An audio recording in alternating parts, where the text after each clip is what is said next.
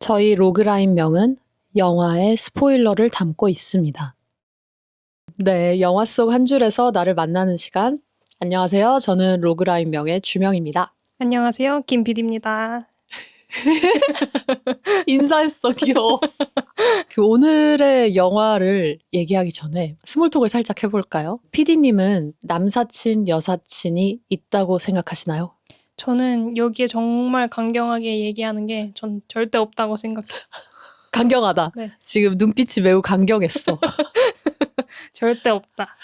왜요? 왜냐면 저는 그렇게 생각하거든요. 우정도 결국 사랑의 한 형태라고 생각을 해서 어쨌든 상대방한테 호감을 가져야만 그 사람과 친해지고 싶다는 생각이 들잖아요. 그러니까 맞아요. 이게 이성적인 호감이 아니더라도 사람 대 사람의 호감이다 보니까 그 호감이 커지면 사랑으로 발전할 수 있다는 가능성을 저는 믿어서 친구가 없다라고 생각을 해요. 저는 남사친, 여사친은 없다. 저도 한 표를 던지겠습니다. 같은 방향성으로.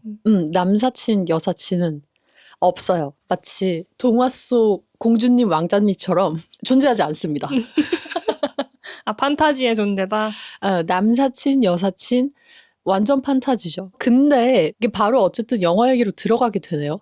그쵸. 그런 의미에서 오늘 영화에 나오는 남사친, 여사친은 어떻게 생각하세요? 이게 좀 그들은 뭔가 남사친, 여사친이라기보다는 그냥 친구라는 말로 정의가 될 수 있는 게 그런 이성적인 호감으로 발전될 수 없다는 사이인 거를 너무 명백하게 드러내줘서 근데 이성적인 호감이 없으면 친구가 될 수 있는가라는 생각도 들기도 하고 애매한 지점이 있는 것 같기는 해요. 이게 저희가 이제 저희 입장에서 강경하게 얘기를 한 건데 오늘의 영화를 생각하면은 특수성이 있어요. 네, 그쵸.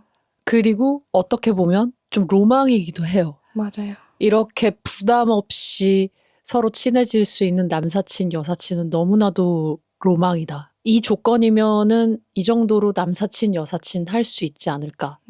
라는 생각을 많이 해봤죠. 그쵸. 이 얘기를 듣더라도 이미 듣고 계신 분들이 예측을 좀 하실 것 같아요. 오래된 영화도 아니고 지금이 2025년 기준인데 작년에 나온 영화이기 때문에 그런 의미에서 오늘의 영화는 대도시의 사랑법입니다. 너무 재밌게 봤죠? 맞아요. 네. 간단하게 이제 영화에 대해서 그럼 바로 설명을 드릴게요. 언제나 보신 분들도 있고 보게 되실 분들도 있으실 거지만 이 영화는 제이라는 인물과 흥수라는 인물들의 20살부터 33까지의 이야기로 그려나가는 영화이고요. 이제 막 20살이 그러니까 성인이 된 흥수가 OT를 가는 길에 갑자기 쿨하게 스쿠터로 버스를 막는 여자가 한 명 나타나요.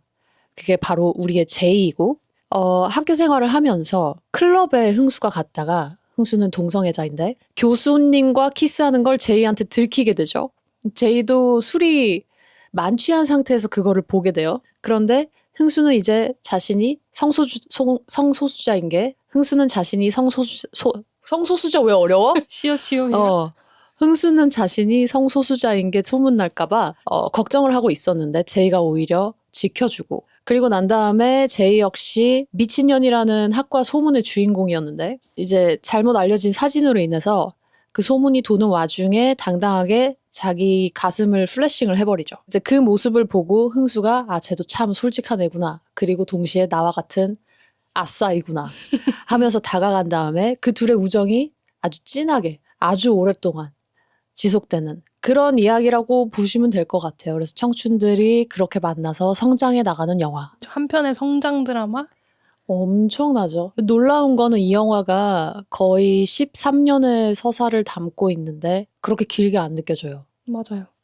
영화가 짧은 영화는 아니거든요. 요즘 기준 2시간 정도 되는 영화인데 이 13년의 서사를 매우 의식의 사건의 흐름으로 딱딱 짚어내면서 매우 자연스럽게 어느 순간 이 친구들이 33살이 된 모습을 저희가 발견을 하게 되거든요. 맞아요. 이 부분이 너무 좋았어요. 그래 이제 이렇게 됐구나 이제 이렇게 됐구나 따지지 않고 볼 수 있는 그런 내러티브를 가지고 있어서 자연스럽게 따라가게 된다. 막 뭔가 나이가 들어감에 있어서 그런 걸 자세히 알려주지는 않는데 그건 한 사건에 이들이 대응하는 모습을 보고 얘네가 점점 성장하고 있구나가 보이니까 그게 되게 재밌었던 것 같아요. 그리고 각각 나이대별로 어쨌든 성인부터 시작하니까 나 20살 초반에 저랬지, 중후반에 저랬지, 후반에 저랬지. 30살은 이제 마주하실 테지만 이렇게 마주했지. 이거를 자연스럽게 돌아보게 되는데 영화 자체가 흥수가 나레이팅을 하는 걸로 이어지잖아요. 네. 그게 마치 우리가 잠깐이라도 앉아서 나의 20살 때부터 돌아볼 때 그 느낌처럼 1인칭으로 잘 이야기를 해주어서 그런 건지 이게 영화를 보신 분들은 정말 아실 거예요. 내가 마치 내 청춘을 뒤돌아보듯 물 흐르듯이 흘러갔다. 그런 느낌이 많이 들었던 것 같아요. 맞아요. 그러면은 그런 의미에서 남사친, 여사친의 이야기를 조금만 더 해볼까요? 이들은 특수성이 있다고 했잖아요. 서로 제이 같은 경우에는 완벽한 이성애자이고 흥수는 완벽한 동성애자예요. 그래서 둘이서 자취까지 하게 되는데 아무런 문제가 없지만 오히려 주변이 난리죠. 맞아요. 그 둘이 같이 사는 모습을 본인들도 손가락질 당장 받을 건 아니까 숨기려고 하는데 나 이것도 너무 현대 사회를 살아가는 한 사람으로서 되돌아보게 되는? 나도 좀 순간적으로는 이상하게 판단하지 않을까? 누가 그렇게 살고 있다고 하면은. 특히나 그게 매우 학과에서 좀 음탕하게 논다라고 소문이 잘못 나버린 거죠. 제이는 클럽 죽순이이지 음탕한 사람이 아니에요. 맞아요. 그렇게 된 사람이 어느 남자애와 심지어 내가 동성애자인지도 모르는 남자애와 산다고 하면 다들 당연히 그럴 것 같아요. 우정에 대해서 좀 어떻게 생각하는지 궁금하긴 해요. 우정은 어떤 사랑의 형태인 걸까? 뭔가 저는 그런 생각을 해본 적은 없는데 이 영화를 보면서 딱 생각했던 게 결국 우정이란 게 사랑의 궁극적인 목적이 아닐까라는 생각도 들었어요. 궁극적인 목적? 궁극적인 목표? 도달점?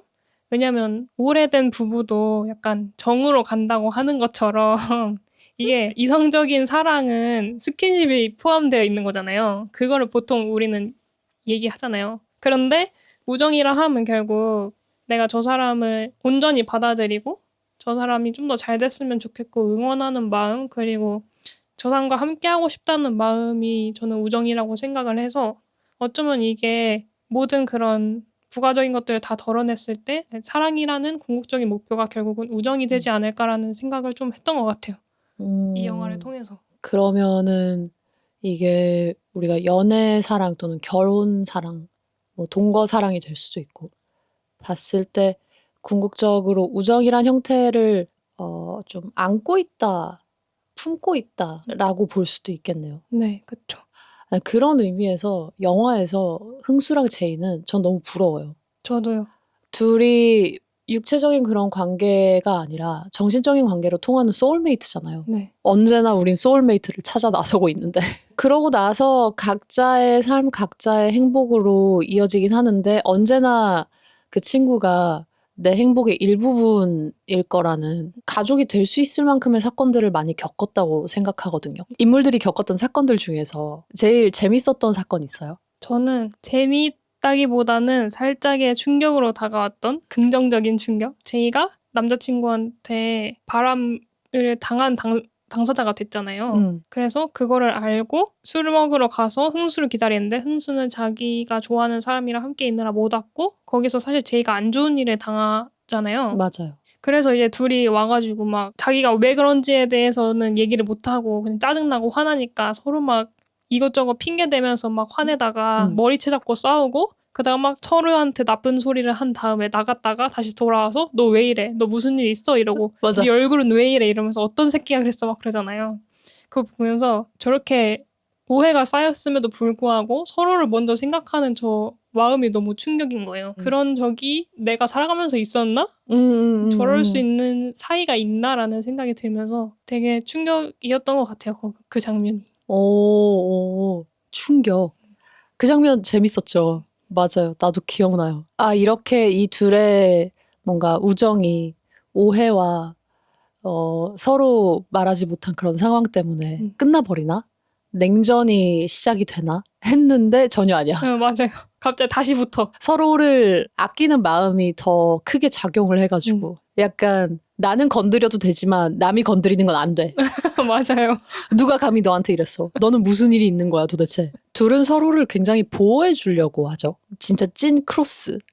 그런 의미에서 제가 우정에 대해서 다시 한번 돌아가서 생각을 해보면 연인 관계는 헤어짐이란 단어가 있는데 우정에는 헤어짐이란 단어가 크게 존재하지 않는 것 같아요. 근데 사실 그만큼 일반적인 그냥 친구들과의 관계를 생각했을 때는 내가 너무 책임을 안 져줘도 되고 걔가 어떻게 살던 내가 너무 판단을 안 해도 되고 내가 연애하는 사람이 아니니까 오히려 그거를 좀 편하게 붙돋아 주면서 그냥 응원만 해주면서 있어도 되고 가끔 정말 아니다 싶은 거 정도만 얘기하고 말고 그래서 우정과 사랑이 있다면은 단어가 이어짐과 헤어짐 그렇게 나뉘어지지 않을까. 그래서 우정이란 거는 정말 이 영화에서 다루는 20대에 있어서는 정말 소중하구나 싶은데 그게 성인이 막 된 우리가 부모님 곁을 떠나서 대학교를 오거나 아니면은 자취를 하게 되잖아요. 그랬을 때 나를 보호해주는 부모라는 장치가 없어진단 말이죠. 그렇기 때문에 서로 이미 각자를 보호해줄 수 있는 가디언이 없는 상태에서 만났다 보니까 괜히 서로가 적당한 책임감을 이렇게 나누면서 산다고 생각해요. 이제 그러면서 배워나가잖아요, 우리가. 내가 친구를 얼마나 챙길 수 있는 사람인지, 아닌지. 연애도 있지만은 20대에는 친구가 더 많다고 생각해요. 그럼 이 사람과 이만큼 놀아도 부담이 없으니까 놀고, 그런 다음에는 또 편하게 쿨하게 자기 할 거 할 때는 하고, 그러다 보니 왜 연애할 때는 갑자기 사라졌다가 다시 나타나는 그런 친구들도 있잖아. 결국에는 친구한테 가장 편하게 돌아올 수 있지 않나. 저는 이 영화를 보면서 그런 걸 진짜 많이 느꼈거든요. 그래서 방금 얘기해준 장면도 그렇고 저는 후반부에 제이의 남자친구가 난리를 피우면서 다시 집에 나타났을 때 제이가 파출소로 뛰면서 그때는 둘이 좀 냉전이긴 했지만 전화를 했을 때 한달음에 달려와주는 한 걸음에 달려와주는 흥수가 있었잖아요. 제이도 항상 그런 존재가 있다는 거를 인식하고 흥수도 제이한테 그렇게 느낄 거예요. 만약에 내가 힘들 때 연락을 하면은 와줄 사람. 그게 남았다는 게 되게 중요한 거거든요. 그래서 이 둘은 그래도 우정을 정말 잘 쌓았구나. 이들의 관계가 특수성이 있다 하더라도 그런 우정이 안 이루어질 수도 있어요. 왜 그런가를 좀 생각을 해봐야 되기도 하거든요. 영화에서 진짜 한 장면 정도로 드러나는데 이 영화에서는 이 둘이 그 장면이 있잖아요. 서로 20살이 되기 전의 모습. 흥수 같은 경우에는 이제 글 쓰는 걸 얘기를 하면서 어머니가 본인이 아파트 앞에서 어떤 남자애랑 키스하고 있는 거를 봤는데 어머니가 그걸 외면하고 들어가는 그 모습을 얘기해 주었고 제이 같은 경우에는 다른 애 얘기인 것처럼 했지만은 중학교 때 왕따를 당하게 된 이야기. 그 왕따를 당했던 계기가 보는 시점이 달라서였거든요. 굉장히 개인적인 얘기잖아요. 그 얘기를 서로 했기에 계속 이어질 수 있었던 것 같아요, 전. 각자의 가장 어두운 부분을 공유하는 그 씬이 있었어서 저는 더 타이트해졌다고 봤어요. 어때요? 제가 되게 신기했던 거는 저는 그러지 못할 것 같거든요. 그러니까 나에게 있어서 가장 어두웠던 순간을 저는 가족한테도 얘기하는 걸 꺼려하는 편이라 친구한테 그거를 얘기를 한다? 되게 저한테는 거의 불가능한 일이라고 생각을 했는데 그럼에도 불구하고 자신들의 고통과 그런 어두웠던 순간들을 서로한테 솔직하게 털어놓을 수 있다는 그 용기도 너무 대단했던 것 같고 그러면서 그것을 또 이상한 시선으로 바라보는 게 아니라 온전히 그대로 받아들여줄 수 있는 그 마음조차도 전 너무 신기하게 봤어가지고 이래서 이 둘의 관계가 이상적인 정말 판타지라고 생각할 수밖에 없는 그런 관계구나. 맞아. 그랬던 것 같아요. 동화 속 이야기야. 처음에는 그냥 술 먹고 이런 게 좀 잘 통하고 노는 게 잘 통하는 친구 사이인 줄 알았는데 서로가 서로를 굉장히 알아본 건지 그 과거의 어두운 사건에 대해서 얘기를 할 때도 굉장히 편하게 얘기를 하잖아요. 제이는 막 무릎 베게 하고 그러면서 제이가 명언을 하나 날리잖아요. 사람들은 자기랑 다르면 그걸 열등하다고 생각해야 마음이 편하거든. 그거야말로 열등감인지 모르고. 난 이 대사가 굉장히 좋았어요. 이게 왜 좋았냐면 우리가 영화를 보고 있고 이들 둘이 관계가 너무 이상적이라서 판타지라 생각하긴 하지만 제이랑 흥수가 이미 어렸을 때부터 어두운 사건을 겪었다 보니까 누구한테 그 말을 해야 내가 상처를 받지 않는지를 알았던 것 같아요. 많은 상처들을 이미 받았을 것 같고 흥수는 잘 모르겠어요. 흥수는 굉장히 자신이 동성애자인 걸 굉장히 들키고 싶지 않아 하는 인물이죠. 여튼 흥수는 꼭꼭 숨어있는 인물인데 그래서 누구한테 이런 말들을 솔직하게 했는지 모르겠어요. 대부분의 주변 친구들이 어쨌든 남자들이었을 텐데 제이가 나타난 거죠. 프랑스에서 어릴 때 살았던 부모님의 이런 굴레에서 벗어난 듯 하지만 사실 그것도 부모님이 좀 무관심한 그런 가정에서 자란 아이라서 스스로 자기가 뭘 원하는지 굉장히 헤매고 방황을 많이 한 친구인데 그런 서로가 알아봤기에 용기를 냈기에 둘의 우정이 성립되지 않았나 고민을 해봤는데 제이도 그 얘기를 누군가한테 해본 적이 있을까 싶긴 해요. 어떨 것 같아요? 제이도 얘기는 못했을 것 같아요. 그러니까 되게 제이는 어찌 보면은 되게 열려있고 되게 자유분방하고 좀 하고 싶은 거 다 하면서 사는 친구잖아요. 그렇지만 어쨌든 그 내면 안에 있는 그런 힘들고 조금 아픈 기억들을 너무 진지하게 풀지는 않았을 것 같아요. 얘기를 하더라도 그냥 나 뭐 이랬었는데 지금은 뭐 괜찮아 약간 이런 식으로 넘겼을 것 같은 그런 친구였을 것 같아요. 그러면 지금 내가 제일 친한 친구라고 생각되는 사람과 모든 건 아니더라도 좀 어둡거나 내가 남한테 쉽게 얘기하지 않았던 이야기를 나눠본 기억이 있는가? 라고 되짚어보면 좋을 것 같아요. 근데 은근 다는 아니더라도 지금 내가 제일 친하다고 생각하는 사람한테는 솔직하게 얘기한 것들이 있다. 그게 좀 일그러진 생각들이라도 얘기를 한 게 있는 것 같긴 하거든요, 저는. PD님은 어때요? 저도 있는 것 같아요. 그 아까 얘기해 주셨던 대사 있잖아요. 열등감. 네, 사람들은 자기랑 다르면 그걸 열등하다고 본다. 그게 진짜 열등감인지도 모르고. 저는 그 대사가 살짝 불편했던 게 제가 그렇게 했었거든요. 뭔가 나보다 좀 더 나은 면이 있으면은 그거를 보고 배울 줄 알았어야 되는데 그러지 못하고 그래도 뭐 쟤는 뭐 나보다 이건 못하니까 약간 이러면서 오히려 조금 깎아내리려고 했었던 기억이 많은데 그래서 그거를 제 친한 친구한테도 그랬었던 기억이 있어요. 근데 그러면서 자연스럽게 커가면서 멀어지고 난 뒤에 제가 그랬던 기억들을 좀 되돌아보니까 미안한 마음도 있고 제 스스로 살짝 왜 그랬을까라는 생각도 있었어서 그거에 대해서 그랬던 마음에 대해서 솔직하게 터놓았던 적이 있던 것 같아요. 내가 사실은 뭐 이런 생각을 가졌었는데 그래서 미안했다 뭐 이런 식으로 털어놓으니까 그 친구도 저한테 그런 마음을 가졌던 적이 있었던 거죠. 그러면서 그냥 그렇게 서로 솔직하게 터놓으니까 한결 낫더라고요. 뭔가 어쩌면 나의 열등감을 이렇게 얘기할 수 있는 사이? 그럴 수 있었던 관계? 그래서 그게 딱 생각나는 것 같아요. 맞는 것 같아요. 방금 얘기해 주신 게 본인도 그런 적이 있다라고 했는데 저도 그거에 너무 공감을 하고요. 사실 지금도 제가 뭔가 열등감 이런 거를 잘 해결해내는 사람인지 모르겠어요. 누구나 다 가지고 있는 건데 그걸 어떻게 대처해야 될지를 생각을 해야 되잖아요. 근데 그걸 결국 열등감이란 거를 극복해내는 과정이 흥수랑 제이 같은 경우에는 그러니까 서로의 공동체, 함께 그걸 좀 극복해 나간 것 같거든요. 뭐 당장 뛰쳐나가서 나에게도 흥수가 필요해, 나에게도 제이가 필요해 이렇게 하라는 거는 아니죠. 아닌데 만약에 열등감에 힘들어하시는 분들이 있다면 오히려 누군가를 잘 찾아서 그걸 나누고 함께 공동체로서 그거를 이겨나가는 것도 좋은 방법이니까 너무 혼자라고 생각하지는 말라.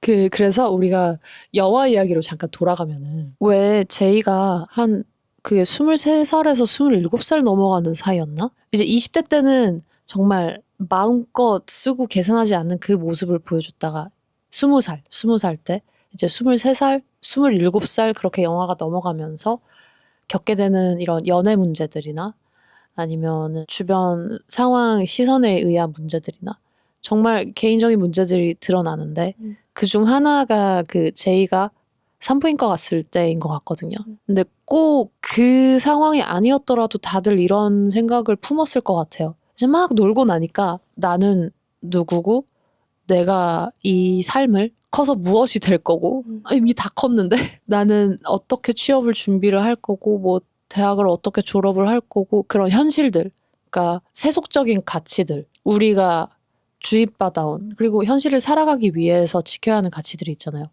그거를 겪는 시기에 제이가 굉장히 남들의 시선에 좀 상처를 받는 일이 생기거든요. 그게 그 대사 할 때잖아요. 다들 이게 막 욕해도 괜찮은 거야? 뻔하니까 막대해도 안 받을 것 같은 거야? 정작 나도 날 잘 모르겠는데 어떻게들 그래? 저도 이 대사 되게 좋았거든요. 이 의미에서 흥수는 이때도 자기를 철저히 숨기려고 했고 자기의 성적 취향을 그리고 제이도 남들이 자기를 보는 시선으로 인해서 남들에게 또는 뭐 주변에 이런 상처를 계속 받는데 20대 중에 나에 대해서 좀 깊게 고민을 해봤던 시기가 있어요? 저는 그게 요새인 것 같아요. 요즘. 1, 2년 전쯤? 저는 사실 조금 운이 좋았던 게 뭔가 그렇게 큰 고민을 하지 않아도 잘 풀렸었다고 생각을 했어요. 요새 막 취업하기 정말 힘든데 대학교를 다 끝내지 않았음에도 불구하고 취업을 해서 좀 더 일찍 사회에 나와가지고 일을 할 수 있게 됐고 그 안에서 또 열심히 이렇게 하면서 지내왔는데 그러다 보니까 문득 이게 내가 원하던 게 맞나라는 생각이 좀 늦게 찾아왔던 것 같아요. 그러니까 다른 친구들은 이제 취업 준비를 하고 이제 사회에 나갈 준비를 할 때쯤에 어떤 걸 해야 하는가, 내가 뭘 잘할 수 있을까? 약간 그런 고민들을 한다고 생각을 하는데 근데 저는 그런 거를 생각하기 전에 일을 해야 한다라는 그런 것들이 있었다 보니까 뭔가 나에 대해서 생각을 잘 못했던 것 같아요. 20대 초반에. 그러다 보니까 이제야 와서 내가 어떻게 살아가야 하는가에 대해서 조금 생각을 했었던 것 같은데 아직 답을 찾지는 못했어요. 그리고 지금은 살짝 그 고민을 내려놓고 일단 사는 대로 살아보자라고 지금을 생각해서 살아가고 있는데 언젠가 이 생각도 끝을 내야 된다는 건 알지만 사실 너무 힘들어서 쉽지 않은 고민이잖아요. 나를 찾아간다는 게. 그럼요. 그래서 지금은 살짝 내려놓은 상태긴 한데 또 언젠가 생각을 하겠죠? 근데 저도 그런 것 같아요. 특히나 연기자라는 직업을 가지고 있고 이거를 자꾸 숙성시켜 나가야 되는데 내가 어떤 연기자가 될 것인지 동시에 어떤 사람이 될 것인지를 자꾸 고민하게 되는 것 같아요. 오히려 20대 초반에는 그런 고민을 할 때 난 앞으로 뭘 하지? 나는 어떠한 열정을 가지고 어떠한 꿈을 펼칠 거지 할 때 그때는 내가 판단을 내릴 때 남들 시선을 신경 안 썼던 것 같거든요. 내가 끌리는 대로 했던 거예요. 그게 어떤 이성적인 판단을 내려서가 아니라 내가 끌리는 대로만 행동을 했던 거예요. 근데 지금 와서는 내가 끌리는 대로 행동을 해도 괜찮나? 걱정이 되고 내가 처음에 이거에 대해서 가졌던 열정만큼의 체력이 남아있나? 나 어쩌면은 이제 체력이 안 남게 될 수도 있을 텐데 그럼 나는 열정을 다시 어떻게 태워야 되지? 그리고 동시에 남들이 내가 지금 나이를 먹어갈수록 이렇게 하는 거에 있어서 어떻게 생각을 할까? 내가 하는 거에 있어서 어떻게 판단을 할까? 그 신경들을 더 쓰게 되는 것 같은 거예요. 제이가 이 나이 때 이 말을 하는 게 전 굉장히 성숙해 보였어요. 그래서 이 말을 이렇게 정리해서 물론 영화 대사지만 이 말을 이렇게 정리해서 말을 할 수 있다는 게 자기가 무엇 때문에 상처를 받았고 지금 그래서 무엇 때문에 답답한지 매우 정확하게 말을 하잖아요. 그래서 공감이 됐던 것 같아요. 이게 우리가 자꾸 고민하고 있는 것들을 정리된 말로 정리된 우리가 매우 공감할 수 있는 감정으로 그걸 마주하니까 그래서 공감이 됐고 그 장면이 매우 안타깝고 나 스스로에게도 상처됐던 그런 순간들을 돌아보게 만들어주는 그런 장면이었던 것 같아요. 확실히.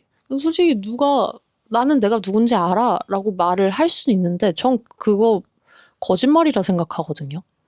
그러니까 내가 누군지 알아라고 말을 하는 거는 나는 계속해서 이렇게만 살 거야 라고 정리를 해버리는 것 같은 느낌이 들어요. 받아들이는 입장에서 저한테는. 그래서 그게 거짓말처럼 느껴지는 게 차라리 내가 나에 대해서 아직 찾아가고 있는 과정이지만 지금까지 내가 나에 대해 알아낸 건 이런 거야 라고 말을 하는 게 더 맞지 않나? 제이 같은 경우에도 내가 이렇게 하고 싶어서 지금 이 병원에 온 게 아니라 당장에 내가 이런 선택을 내려보는 건데 그거를 평생 내가 그렇게 살아갈 것처럼 판단을 해버리잖아요. 병원에서. 네. 그거 자체에 대해서 굉장히 이해를 하지 못하는 반응으로 나오는 게 맞다고 생각해요. 이런 태도가 조금 필요하다. 내가 뭐 외골수로 살라는 건 아니지만은 뭔가 결정을 내려서 무언가를 할 때 주변에서 야 그거는 이래서 안 돼. 에이 그거는 앞으로를 봤을 때 미래를 생각했을 때 뭐 오래갈 그럴 게 아니야. 그런 얘기를 들을 때 좀 속 시원하게 뭐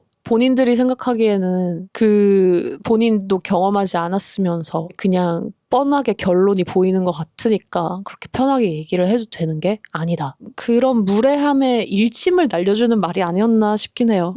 나라는 존재는 항상 고민하는 게 맞는 것 같아요. 그리고 이 질문을 들었을 때 다들 지금 이 순간이라고 대답할 것 같아요. 피디님처럼 그리고 저처럼. 그럼 이제 좀 후반 나이대로 가볼까요? 흥수와 제이가 이제 나이를 들어가면서 정말 어쩔 수 없이 나오는 취업 전선, 현실을 어떻게 살아나갈 것인가. 현실을 살아나가는 건 중요하죠. 밥벌이를 해야 해요. 그건 어쩔 수 없는 부분이에요. 뭔가 꿈을 포기하라는 말도 아니고 어쩔 수 없어. 그거를 이제 헤쳐나가는 둘의 모습이 나오는데 이제 도전과 실패의 과정을 보여줬다고 생각하거든요. 특히 흥수 같은 경우에는. 흥수는 이제 돈 없는 게이가 제일 불쌍하다면서 막 전역하고 난 다음에 막노동도 하고 그리고 사실 뜻이 없는데 취업에 자소서도 써서 내고 하잖아요. 이때는 다들 좀 수그러드는 시기인 것 같아요. 그러니까 무슨 말이냐면 20대가 딱 되고 그 유흥과 그 체력이 남아돌 때는 사람이 와 하고 엄청 커졌다가 취업을 준비하기 시작하면서 사람들이 다 요만해지는 것 같아요. 어쩔 수 없어. 그 현실에 대한 고민과 나는 꿈이 있다라고 얘기를 하지만 내가 책임져야 하는 내 삶이 있으니까. 그런 것처럼 내가 이 꿈을 몇 년만 더 그냥 현실은 닫아버리고 이것만 좀 더 파고 그러면 될 것 같은데 근데 또 현실은 오기 때문에 현실을 신경을 써야 돼. 그랬던 순간이 있어요. 저는 사실 꿈은 일찍이 접어줬다고 해야 되나? 잃어버리기는 했어요. 그러니까 원하던 대학, 원하던 과에 취업이란다. 원하던 과에 합격했던 게 아니라 다른 곳으로 가게 되면서 10대 때 꿨던 꿈은 잠깐 내려놓고 그것과 비슷한 결로 대학교를 가게 됐을 때 사실 그 꿈을 잃어버렸다는 게 맞는 것 같아요. 잊어버렸다. 그러면서 내가 원하는 것에 대해서 생각을 하지는 않고 그냥 흘러가듯이 하게 되면서 오히려 일을 하면서 조금 그런 걸 많이 생각했던 것 같아요. 내가 어떤 목표가 있고 꿈이 있고 라기보다는 일을 하면서 계속 이게 하고 싶은 게 맞나라는 생각을 많이 했었던 것 같아요. 그러면서 그런 마음이 약간 깊숙한 곳에 자리 잡고 있으니까 뭔가 일을 하면서도 잘 안 풀릴 때마다 괜히 더 막 힘든 것 같고 스스로 조금 힘들게 했던 부분도 있는 것 같고 남들이 뭔가를 얘기를 했을 때 그걸 좀 더 크게 받아들이는 경향도 있는 것 같고 그러면서 되게 많이 힘들었었던 시기도 있었는데 근데 뭐 지금은 그냥 내가 아직 어떤 걸 하고 싶어 하는지 모르니까 그냥 이 순간에 한번 열심히 해보자. 그냥 이 순간에 최선을 다하다 보면 언젠가 나도 내가 하고 싶은 걸 찾게 되겠지. 그렇게 지금 생각하고 있는 것 같아요. 그래서 아까도 말했듯이 잠깐 나를 찾는 과정을 살짝 내려두고 그냥 이 순간에 조금 더 충실해보자는 게 지금은 가장 큰 것 같기는 해요. 이게 지금 진짜 어려운 주제인데 저 같은 경우는 어떻게든 현실과 꿈이랑 타협을 해보려고 하고 있어요. 그러니까 그 타협점이 뭐냐면 조금은 알바를 할 수 있을 때 했고 그 대신에 꿈을 할 때는 했고 꿈이란 거 어쨌든 배우 활동이니까 근데 그게 당장 안정적인 수입을 얻지 못하는 구조가 당연하잖아요. 시작할 때는. 그 사이에서 핑퐁을 엄청 했었는데 가끔 왜 그런 생각 들 때 있잖아요. 그냥 현실 따위 생각하지 않고 그냥 내 꿈만 쫓았으면 내가 지금보다 한 1년 아니면 2년 전에 이미 원하는 걸 이루지 않았을까? 그런 생각들을 하게 되는 것 같아요. 그래서 저는 흥수가 의아했던 게 그냥 쭉 잡고 글을 쓰지 않고 이제 알바를 한다는 거가 본인이 동성애자인 거랑 본인이 작가를 꿈꾸는 거랑은 좀 별개잖아요. 그래서 그 부분에 있어서 부모님한테 과연 솔직히 얘기를 했을까? 근데 흥수는 말을 안 했을 것 같은 거예요. 그냥 부모님한테, 엄마한테 자기에 관련된 모든 이야기를 꽁꽁 숨겨두고 말을 안 했을 것 같아. 오히려 그래서 흥수가 더 빨리 글을 쓰고 작가의 길을 더 빨리 걸을 수 있었는데 그러한 문제들 때문에 부모님과의 이런 개인적인 풀리지 않는 그 문제 때문에 그 꿈이 미뤄진 게 아닐까라는 생각도 들거든요. 그래서 안타까웠는데 후에 이제 제이를 시집 보내고 난 이후부터 글을 딱 진짜 제대로 쓰는 것 같은 느낌으로 끝나잖아요. 네. 심지어 첫 대사가 집착이 사랑이 아니라면 난 사랑을 해본 적이 없어가 글 첫 문장이었던 것 같은데 그 익어가는 시간이 결국 필요했던 걸 수도 있다. 그러니까 지금 잠깐 취업 준비하시는 분들이 지금 당장은 나도 하고 싶은 게 있는데 왜 내가 지금 이걸 하고 있지? 라는 생각이 들었을 때 그게 답답하거나 아니면 이게 아니다라는 판단이 쓴다면은 정말 꿈을 쫓아도 돼요. 근데 그게 아니라면은 우리가 보편적이게 경험을 해서 얻는 감정들이 있잖아요. 그리고 보편적이게 경험을 해서 생기는 성숙해지는 부분들이 있잖아요. 그 현실을 찾아 나가는 과정도 분명히 그중 하나다. 그래서 피디님이 얘기하셨을 때 저는 그것도 괜찮다고 느껴져요. 지금 진짜 많은 나이대가 아니기 때문에 나이가 많은 게 아니기 때문에 꿈을 접었다라고 생각하진 않았으면 좋겠어요. 근데 어떻게든 그 방향성으로 가고 있는데 중간에 해야 할 걸 해야 해서 잠시 멈춘 거거든요. 물론 언젠가 이러고 나서 시간이 지난 다음에 꿈을 만약에 이뤘어. 뭔가 새로운 꿈이 생겨서 열정이 생겨서 그걸 이루고 난 다음에 내가 이거 진작에 빨리 할 걸. 내가 왜 쓸데없이 막 취업하고 그래가지고 나 그냥 이거 몰빵 해버릴 걸 이렇게 생각할 수 있는데 경험해보신 분들은 다들 알 거예요. 그거를 다 경험을 했어야 뒤에 그게 나온다. 그러니까 흥수 같은 경우에도 그 시기가 있었어서 그 글이 나올 수 있는 거라고 생각하거든요. 그래서 저도 그렇게 생각하면서 지나갔던 것 같아요. 내가 지금 생활비를 벌기 위해 뭔가 알바를 하고 그런 순간들에는 이 시기가 있어야 나중에 연기하는데 도움이 될 거다. 왜냐하면 작품의 인물들은 다 이런 일상을 살아나가는 사람들이니까. 그렇게 생각하면 내가 지금 너무 현실에 치여서 나를 잃어버렸고 나를 생각하지 못한다라고 느끼지 않으셨으면 좋겠어요. 다들. 그렇게 생각해도 좋을 것 같아요. 나중에 내가 하고 싶은 걸 하기 위해서 지금 경험을 쌓고 자본을 모아두고 맞아. 내 미래를 위해 지금을 투자한다 약간 이런 생각으로 하면은 그래도 삶이 그나마 덜 퍽퍽하지 않을까. 투자라고 생각했을 때 뭐 이렇게 감성적으로 접근하기 싫으신 분들은 이거를 복리 효과라고 생각하시면 될 것 같아요. 인생은 복리다. 우리가 지금 하는 경험이 조금 하락할 때도 있고 상승할 때도 있고 근데 결국에는 상승 곡선이다. 그리고 그게 지나가면서 우리가 지혜가 쌓이고 경험이 쌓일수록 복리로 늘어난다. 너무 좋죠? 좋아요. 그러면 조금 완전 영화 후반부로 넘어가 볼까요? 이제 33살에 제이가 결혼을 하죠. 저는 제이가 결혼을 더 빨리 할 줄 알았어요. 생각보다 늦게 했더라고요. 그래서 제이가 결혼을 할 때 했던 말들이 이제 난 할 수 있는 건 다 해볼 거야. 정말 할 수 있는 거에 끝판왕까지 갔다라고 이미 판단하고 한 말인 것 같은데 결혼까지 했으면 그럼 제이는 이혼까지 해볼라나? 그러네. 라는 생각도 들어서 이 여자의 서사는 끝나지 않았다 라는 그런 생각도 들었는데 이때 일단 노상현 배우님이 노래랑 춤을 그렇게 잘 추시는지 몰랐고요. 그 결혼식 장면에서 너무 멋있었어요. 그죠? 네. 심지어 미스에이 노래 여자 아이돌 노래를 부르는데 너무 멋있었죠. 네. 심지어 동작도 매우 명확하고 나는 플로어 동작까지 해서 멋있다. 역시 매력적이다. 이 시대의 남자.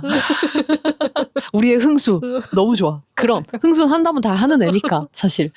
이때 참 좋은 나레이션이 흐르죠. 둘의 그 결혼식 장면, 결혼식 가서 플래시로 막 이렇게 하면서 사진 촬영하고 놀고 애프터 파티 같은 느낌도 들고 하는데 그때 흥수가 하는 나레이션이 그때 그 순간 내 인생에 나타나 나를 알아봐주고 기꺼이 서로의 상처를 함께하며 의심 없이 서로를 내어준 내가 사랑했던 순간들과 그때 내가 지었던 모든 표정을 기억하는 내가 나인 채로도 충분하다는 것을 알려준 내 20대 외장하드 잘 가라 제이야. 너무 좋아요. 소름 돋아. 정말 너무 잘 썼어. 난 근데 왜 잘 가라 제이야인가 싶어. 그냥 이게 그 영화에서 나오죠. 죽을 때까지 만나지 말자. 그 아듀는 아닌 거고 정말 아듀를 할 사람과는 아듀를 했고 흥수가 잘 가라가 좋은 인생을 살아라. 너의 다음 서사를 기대할게 제이야. 근데 20대 너에게는 정말 고마운 게 많다라는 거를 단번에 알려준 너무 감동적이었어요. 저는 이 장면이. 저도요. 베프들 결혼식을 가봤거든요. 그래서 공감이 되긴 해요. 아, 쟤 진짜 20살 때 내가 봤었을 때 이런 애였는데 어떻게 저기 서가지고 결혼을 하고 있지? 어떻게 결혼을 해, 제가? 가정을 꾸려? 엄마가 돼? 말도 안 돼.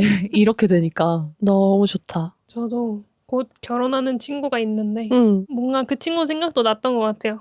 이 장면 보면서 괜히 울컥해지는 그 마음도 맞아. 있었고 그리고 저는 이 결혼식 장면이 응. 그 20살 후반에 흥수가 나레이션 할 때 클럽에서 노는 장면이랑 연결이 된다고 생각했거든요. 그 신나게 막 사람들에 둘러싸여 둘이 신나게 놀고 있는 모습과 여기서도 둘이 이제 축가하면서 놀고 주변 사람들한테 둘러싸여가지고 그 연출이 되게 연결된다고 생각이 들어가지고 얘네는 예나 지금이나 변함없는 친구 사이구나 라는 게 딱 느껴져가지고 그 많은 사람들 속에서 언제나 둘이 재미있게 함께. 즐기고 있구나. 네, 그게 너무 좋았던 것 같아요.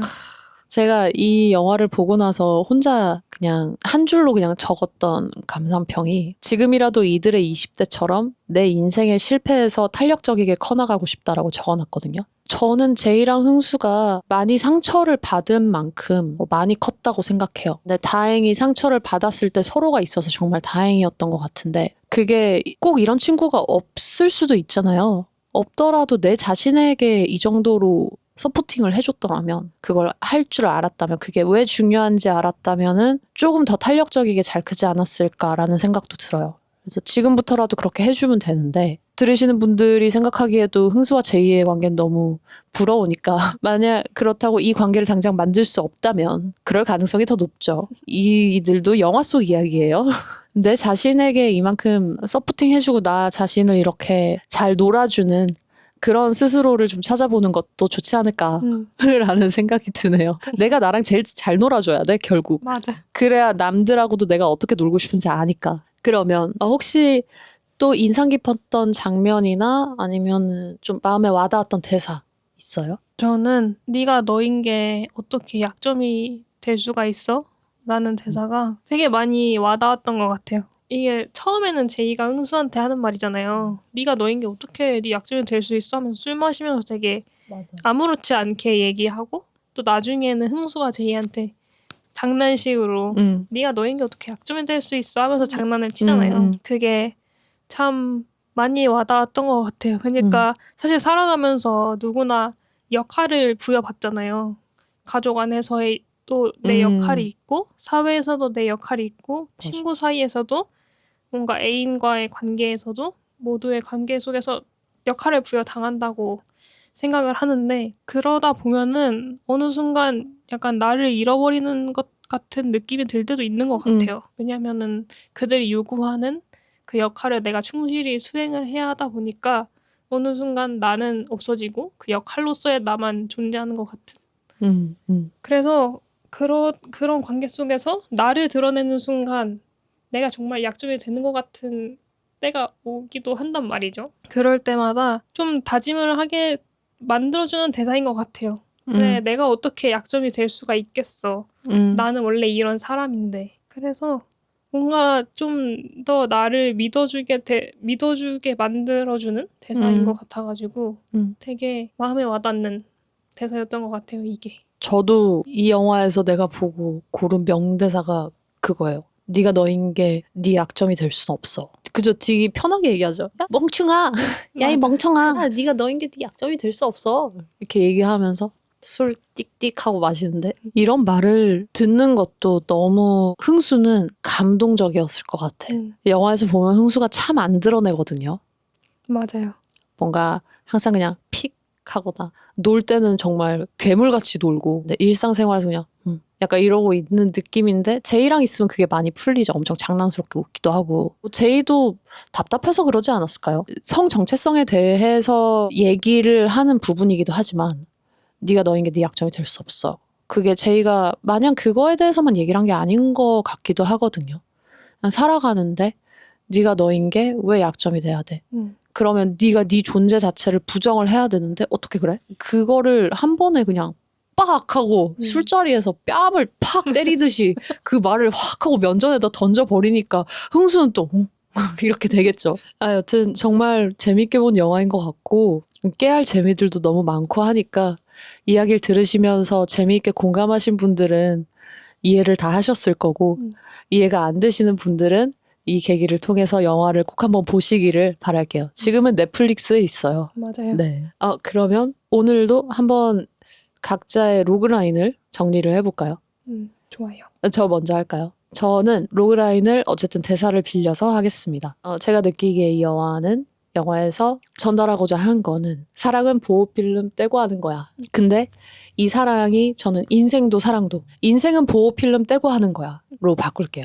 인생 안에 사랑도 있고 고민도 있고 실패도 있고 또 다시 재기하는 것도 있고 성숙도 있고 다 그러니까 인생은 보호필름을 떼고 하시길 그렇게 추천을 해보고 저도 그렇게 한번 살아보려고요. 이제부터 보호필름을 좀 떼야겠어요. 네, PD님은요? 제 로그라인명은 아플 수 있으니까 청춘이다로 하고 싶어요. 저는 아프니까 청춘이다라는 말을 별로 안 좋아하거든요. 꼭 아파야 하는 걸까? 라는 말이 반감이서부터 시작했던 건데 청춘이니까 아플 수 있다고 생각해요. 아프다는 것은 결국 내가 뭔가에 부딪히고 뭔가 좌절감을 겪고 그랬을 때 아플 수 있는 거잖아요.